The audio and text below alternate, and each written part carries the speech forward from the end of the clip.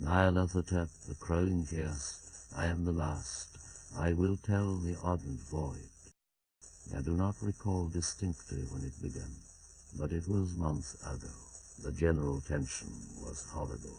To a season of political and social upheaval was added a strange and brooding apprehension of hideous physical danger, a danger widespread and all-embracing, such a danger as may be imagined only in the most terrible phantasms of the night.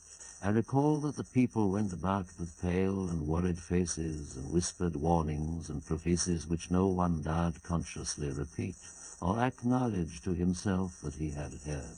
A sense of monstrous guilt was upon the land, and out of the abysses between the stars swept chill currents that made men shiver in dark and lonely places. There was a demoniac alteration in the sequence of the seasons. The autumn heat lingered fearsomely, and everyone felt that the world and perhaps the universe had passed from the control of non-gods or forces to that of gods, or forces which were unknown.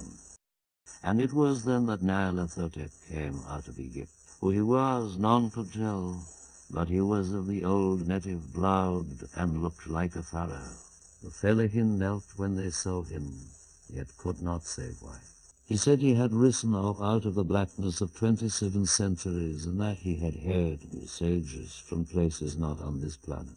Into the lands of civilization came Nyarlathotep, swarthy, slender, and sinister, always buying strange instruments of glass and metal and combining them into instruments yet stranger.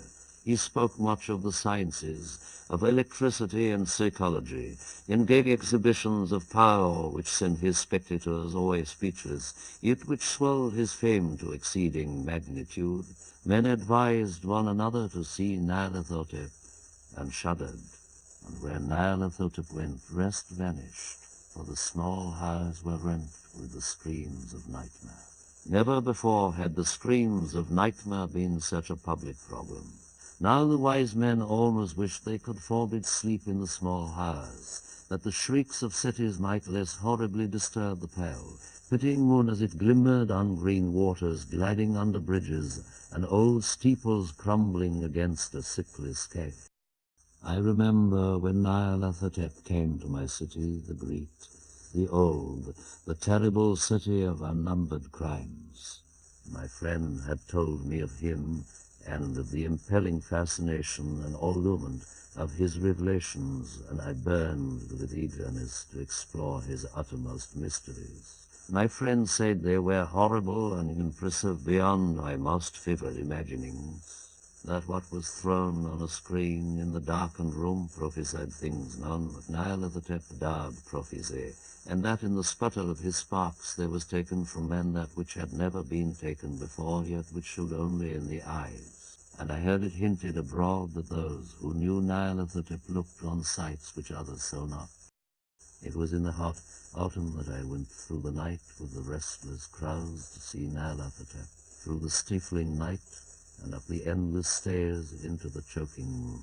And shadowed on a screen, I saw hooded forms amidst ruins and yellow-veiled faces peering from behind fallen monuments. And I saw the world battling against blackness, against the waves of destruction from ultimate space, whirling, churning, straddling around the dimming, falling sun. Then the sparks played amazingly around the heads of the spectators, and how stood up on end with shadows more grotesque than I can tell came out and squatted on the heads. And when I, who was colder and more scientific than the rest, mumbled a trembling protest about imposture and static electricity, Nyarlathotep drove us all out, down the dizzy stairs into the dark, hot, deserted midnight streets. I screamed aloud that I was not afraid, that I never could be afraid, and others screamed with me for solace. We swore to one another that the city was exactly the same and still alive, and when the electric lights began to fade, we cursed the company over and over again and laughed at the queer faces we made. I believe we felt something coming down from the greenish moon, for when we began to depend on its light we drifted into curious involuntary formations and seemed to know our destinations, though we dared not think of them.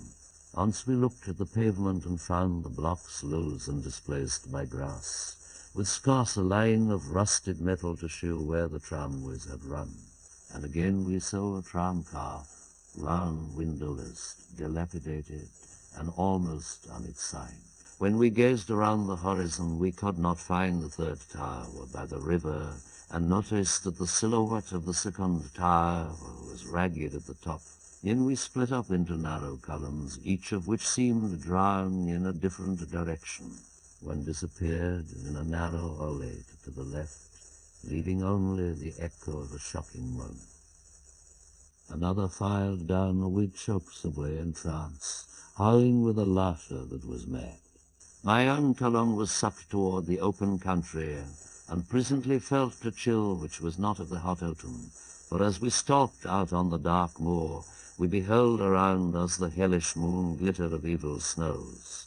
Trackless, inexplicable snows swept us under in one direction only, where lay a gulf all the blacker for its glittering walls. The column seemed very thin indeed, as it plodded dreamily into the gulf.